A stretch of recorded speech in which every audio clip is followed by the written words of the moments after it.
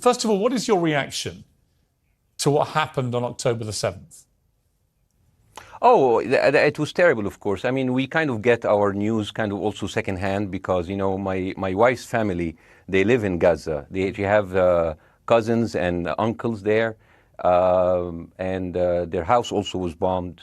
We haven't been able to communicate with them for the past 3 days. Communication are lost.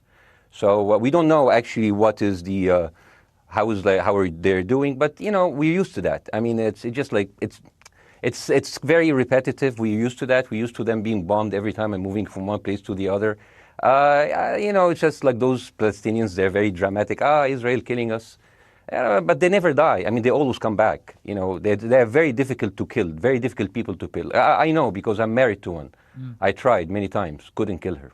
So if you look to this graph, for example, this is the death of Israeli and Palestinians, and it's changing from 1 year to year. It's like fluctuating like crypto. So my question is today, what is the going rate today for human lives? I mean, 2014 was a great year for Ben Shapiro. 88 Israelis were died, and there was 2,329 Palestinians killed on the other side. That is one Israeli for 27 Palestinians. That is a very good exchange rate. What I'm saying is, what is the exchange rate for today?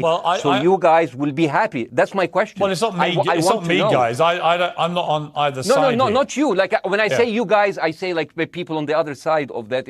I know that you don't think like that, Piers. You're one of the good guys. But let me tell you something. I mean, the reason that I'm using this is that, I mean, I can't remember what happened in 2014, and there was no music festival, but there must be something. I mean, they must do something. It is their fault. It has to be something. I mean, 2018, 300 Palestinians died.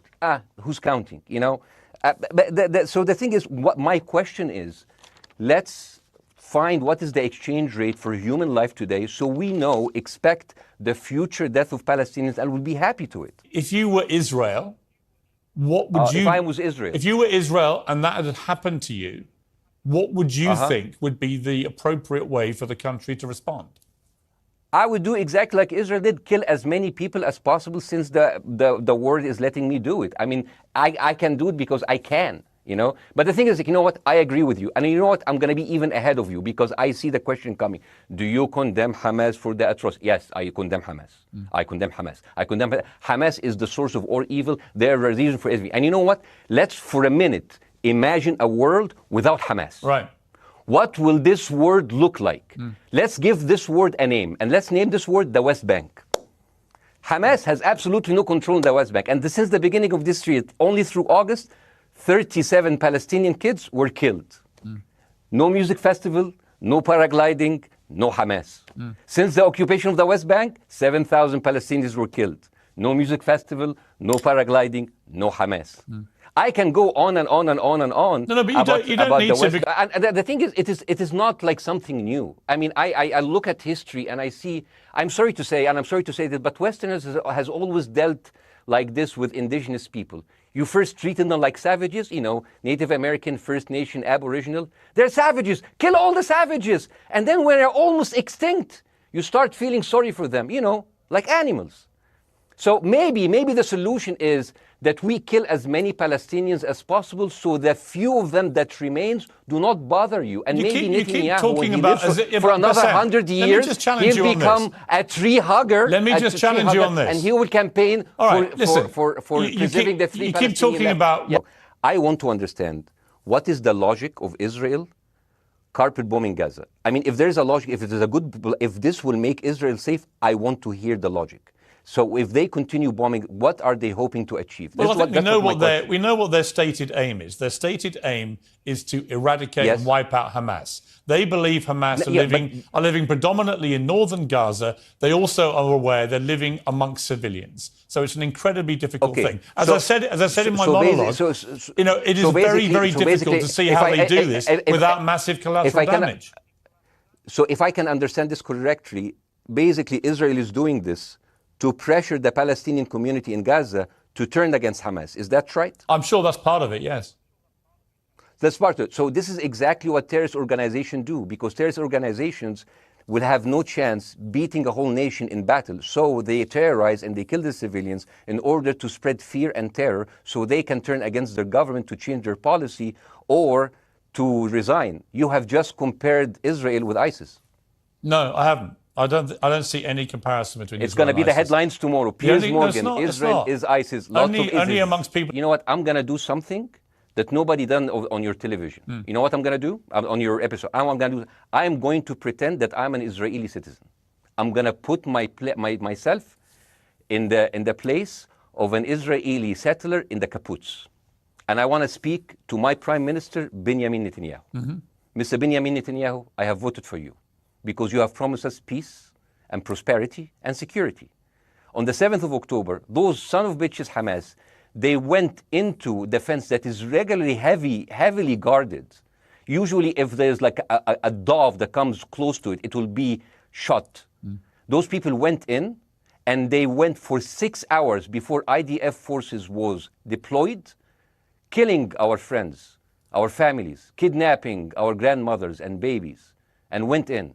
I want to ask you, Mr. Prime Minister, after you have fractured the Israeli community and you have fucked our courts, our Supreme Courts, what are you doing with the money being given to you, to the United States? Also, you are carpet bombing Gaza with absolutely no regard to our hostages, our people. I heard a rumor in the kibbutz that you're doing that you let that happen as an excuse to carpet bomb Gaza, so you push them into Sinai. And I didn't believe it. It's like, not my prime minister, he can never do that. And then I watched an interview for Danny Ayalon. He was your chief advisor. He was also the Israeli ambassador to the United States. And you know what he said, Mr. Prime Minister? He said that the solution for those Palestinians is to go into a vast land of Sinai and live into tent cities temporarily, temporarily, wink wink, until we build Gaza again, and then we invite you back. يعني عبط احنا بقى. يعني فاهمني؟ As we've seen this movie before. So يعني, and when I saw this, I couldn't explain to my fellows in the kibbutz, how come our Israeli government is trading human lives for another piece of land? So as an Israeli citizen, I need to hold my Israeli government accountable. The thing is, this is the problem. Israel always victimizes itself, and I have never seen a victim putting their oppressor under siege and bombing them 24/7. Israel wants you to believe that they are the victim. Dealing with Israel is so difficult. It's like being in a relationship with a narcissistic psychopath. He fucks you up, and then he makes you think it's your fault. All right, you Bاسم. look at Israel as Superman, but they're really Homelander. Básem. Wallahi, they are shooting Básem, I wanna fish say in a one barrel, thing. and they are annoyed with the splashes. The question is, how can you justify the killing in the West Bank where Hamas does not exist? And if the disproportionate response during over all of these years have actually worked, what will be new this time that did not happen before? I just want to. That was my question. Okay, that was my Básem, question. I'm gonna. Okay. I'm gonna ask. So now, Básem, if I ask the question, can I say something on my side? Well, a little bit personal? Básem, with respect, a little bit personal. Básem, with respect, I gave you half the show to have your side. Jeremy's had a lot less time. I'm going to have to. You move want me on. to leave? Básem, or do you want me to stay? I'm going to have to let you go because we've been on there with you for 40 minutes. Okay. Now. Bye bye. But listen, bye. I would like to talk to you again, and thank you for joining the program. I appreciate it. Oh, by the way, my wife's family is all right, and they sent us a house. It's bombed. It's beautiful. It's going to be a good like Halloween theme. So well, I'm very sorry for what your family are going through in Gaza, and I mean that very sincerely. By the way, I don't know. I don't know I don't know him. By the way, I haven't actually met them. They didn't even come to my wedding. They couldn't because they are stuck in Gaza. Okay. And she never saw them because Gaza is not a destination. Básem, as I say, we hear their voices, and it's they die. It's fine. It's fine. Básem, I wish your family all the very best. Thank you for joining me. I appreciate it. I don't.